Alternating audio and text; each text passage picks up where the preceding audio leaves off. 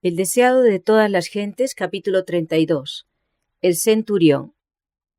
Este capítulo está basado en Mateo 8, versos 5 al 13, y Lucas 7, versos 1 al 17.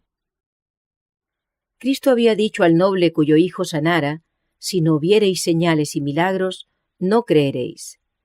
Le entristecía que su propia nación requiriese esas señales externas de su carácter de Mesías. Repetidas veces se había asombrado de su incredulidad, pero también se asombró de la fe del centurión que vino a él. El centurión no puso en duda el poder del Salvador, ni siquiera le pidió que viniese en persona a realizar el milagro. Solamente di la palabra, dijo, y mi mozo sanará.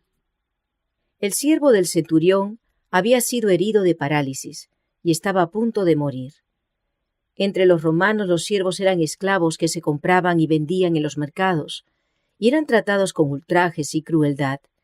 Pero el centurión amaba tiernamente a su siervo y deseaba grandemente que se restableciese. Creía que Jesús podría sanarle. No había visto al Salvador, pero los informes que había oído le habían inspirado fe. A pesar del formalismo de los judíos, este oficial romano estaba convencido de que tenían una religión superior a la suya. Ya había derribado las vallas del prejuicio y odio nacionales que separaban a los conquistadores de los conquistados. Había manifestado respeto por el servicio de Dios y demostrado bondad a los judíos adoradores de Dios. En la enseñanza de Cristo, según le había sido explicada, hallaba lo que satisfacía la necesidad del alma. Todo lo que había de espiritual en él respondía a las palabras del Salvador. Pero se sentía indigno de presentarse ante Jesús y rogó a los ancianos judíos que le pidiesen que sanase a su siervo. Pensaba que ellos conocían al gran maestro y sabrían acercarse a él para obtener su favor. Al entrar Jesús en Capernaum, fue recibido por una delegación de ancianos que le presentaron el deseo del centurión. Le hicieron notar que era digno de concederle esto, que ama nuestra nación, y él nos edificó una sinagoga. Jesús se puso inmediatamente en camino hacia la casa del oficial, pero asediado por la multitud, avanzaba lentamente. Las nuevas de su llegada le precedieron, y el centurión, desconfiando de sí mismo, le envió este mensaje: Señor, no te incomodes, que no soy digno de que entres debajo de mi techo. Pero el Salvador siguió andando y el centurión, atreviéndose por fin a acercársele, completó su mensaje diciendo: Ni aún me tuve por digno de venir a ti, mas di la palabra, y mi siervo será sano. Porque también yo soy hombre puesto en potestad que tengo debajo de mis soldados, y digo a este ve y va, y al otro ven y viene, y a mi siervo haz esto y lo hace. Como represento el poder de Roma y mis soldados reconocen mi autoridad como suprema, así tú representas el poder del Dios infinito, y todas las cosas creadas obedecen tu palabra. Puedes ordenar a la enfermedad que se aleje y te obedecerá. Puedes llamar a tus mensajeros celestiales y ellos impartirán virtud sanadora. Pronuncia tan solo la palabra y mi siervo sanará. Lo cual oyendo Jesús se maravilló de él y vuelto dijo a las gentes que le seguían: Os digo que ni aun en Israel he hallado tanta fe. Y al centurión le dijo: Como creíste, te sea hecho. Y su mozo fue sano en el mismo momento. Los ancianos judíos que recomendaron el centurión a Cristo habían demostrado cuánto distaban de poseer el espíritu del Evangelio. No reconocían que nuestra gran necesidad es lo único que nos da derecho a la misericordia de Dios. En su propia justicia, alababan al centurión por los favores que había manifestado a nuestra nación. Pero el centurión dijo de sí mismo: No soy digno. Su corazón había sido conmovido por la gracia de Cristo. Veía su propia indignidad, pero no temió pedir ayuda. No confiaba en su propia bondad. Su argumento era su gran necesidad. Su fe echó mano de Cristo en su verdadero carácter. No creyó en él meramente como en un taumaturgo, sino como en el amigo y salvador de la humanidad. Así es como cada pecador puede venir a Cristo, no por obras de justicia que nosotros habíamos hecho, mas por su misericordia nos salvó. Cuando Satanás nos dice que somos pecadores y que no podemos esperar recibir la bendición de Dios, digámosle que Cristo vino al mundo para salvar a los pecadores. No tenemos nada que nos recomiende a Dios, pero la súplica que podemos presentar ahora y siempre es la que se basa en nuestra falta absoluta de fuerza, la cual hace de su poder redentor una necesidad. Renunciando a toda dependencia de nosotros mismos, podemos mirar la cruz del Calvario y decir: ningún otro asilo hay, indefenso acudo a ti. Desde la niñez, los judíos habían recibido instrucciones acerca de la obra del Mesías. Habían tenido las inspiradas declaraciones de patriarcas y profetas y la enseñanza simbólica de los sacrificios ceremoniales. Pero habían despreciado la luz, y ahora no veían en Jesús nada que fuese deseable.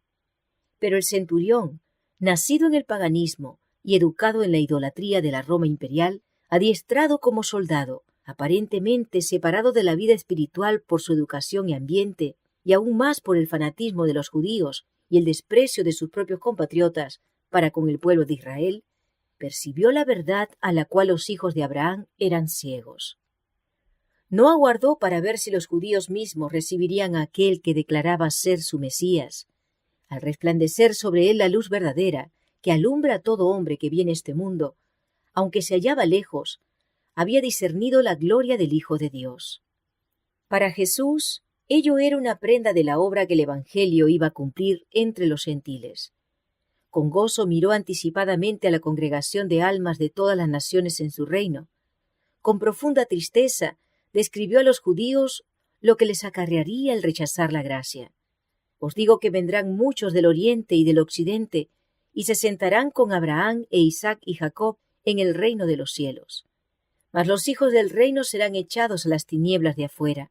Allí será el lloro y el crujir de dientes. Oh, cuántos hay que se están preparando la misma fatal desilusión.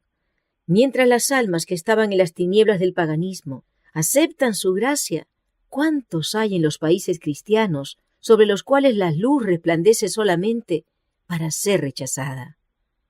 A unos 30 kilómetros de Capernaum, en una altiplanicie que dominaba la ancha y hermosa llanura de Esdraelón, se hallaba la aldea de Naín, hacia la cual Jesús encaminó luego sus pasos. Le acompañaban muchos de sus discípulos con otras personas, y a lo largo de todo el camino la gente acudía deseosa de oír sus palabras de amor y compasión, trayéndole sus enfermos para que los sanase, y siempre con la esperanza de que el que ejercía tan maravilloso poder se declararía Rey de Israel. Una multitud le rodeaba a cada paso, pero era una muchedumbre alegre y llena de expectativa la que le seguía por la senda pedregosa que llevaba hacia las puertas de la aldea montañesa. Mientras se acercaban, vieron venir hacia ellos un cortejo fúnebre que salía de las puertas. A paso lento y triste, se encaminaba hacia el cementerio.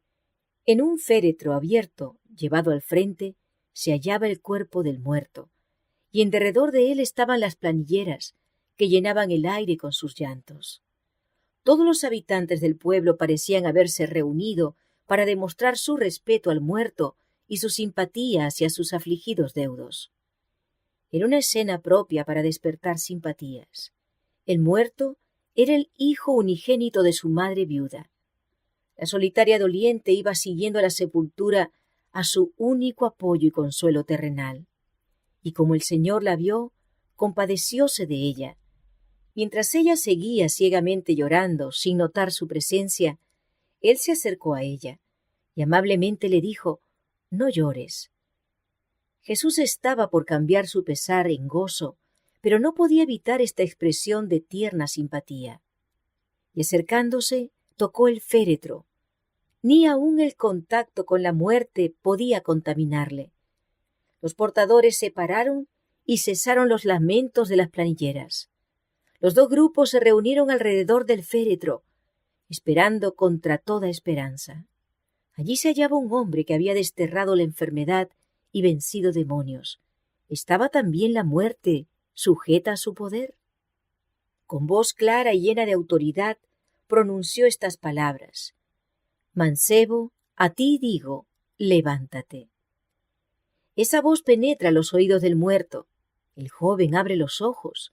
Jesús le toma de la mano y lo levanta.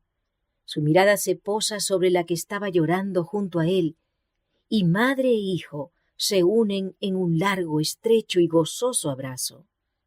La multitud mira en silencio como hechizada, y todos tuvieron miedo. Por un rato permanecieron callados y reverentes, como en la misma presencia de Dios. Luego glorificaban a Dios diciendo que un gran profeta se ha levantado entre nosotros y que Dios ha visitado a su pueblo. El cortejo fúnebre volvió a Naín como una procesión triunfal, y salió esta fama de él por toda Judea y por toda la tierra de alrededor. El que estuvo al lado de la apesadumbrada madre, cerca de la puerta de Naín, vela con toda persona que llora junto a un ataúd. Se conmueve de simpatía por nuestro pesar. Su corazón, que amó y se compadeció, es un corazón de invariable ternura.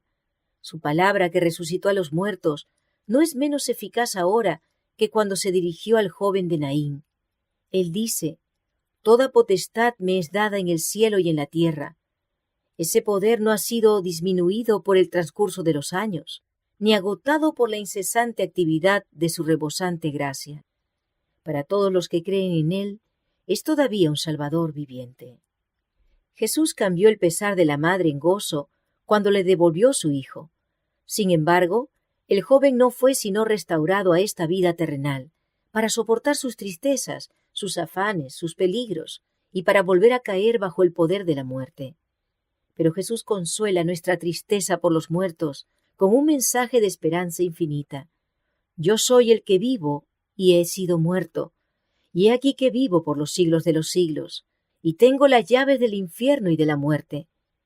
Así que por cuanto los hijos participaron de carne y sangre, él también participó de lo mismo, para destruir por la muerte al que tenía el imperio de la muerte, es a saber, al diablo, y librar a los que por el temor de la muerte estaban por toda la vida sujetos a servidumbre. Satanás no puede retener los muertos en su poder cuando el Hijo de Dios les ordena que vivan. No puede retener en la muerte espiritual a una sola alma que con fe reciba la palabra de poder de Cristo. Dios dice a todos los que están muertos en el pecado: «Despiértate, tú que duermes, y levántate de los muertos». Esa palabra es vida eterna. Como la palabra de Dios, que ordenó al primer hombre que viviera, sigue dándonos vida. Como la palabra de Cristo, «Mancebo, a ti te digo, levántate», dio la vida al joven de Naín, así también aquella palabra, «Levántate de los muertos», es vida para el alma que la recibe. Dios nos ha librado de la potestad de las tinieblas y trasladado al reino de su amado Hijo. En su palabra todo nos es ofrecido. Si la recibimos, tenemos liberación. Y si el espíritu de aquel que levantó de los muertos a Jesús mora en vosotros, el que levantó a Cristo Jesús de los muertos vivificará también vuestros cuerpos mortales por su espíritu que mora en vosotros. Porque el mismo Señor, con aclamación, con voz de arcángel y con trompeta de Dios, descenderá del cielo, y los muertos en Cristo resucitarán primero. Luego nosotros, los que vivimos, los que quedamos juntamente con ellos, seremos arrebatados en las nubes a recibir al Señor en el aire, y así estaremos siempre con el Señor. Tales son las palabras de consuelo con que Él nos invita a que nos consolemos unos a otros.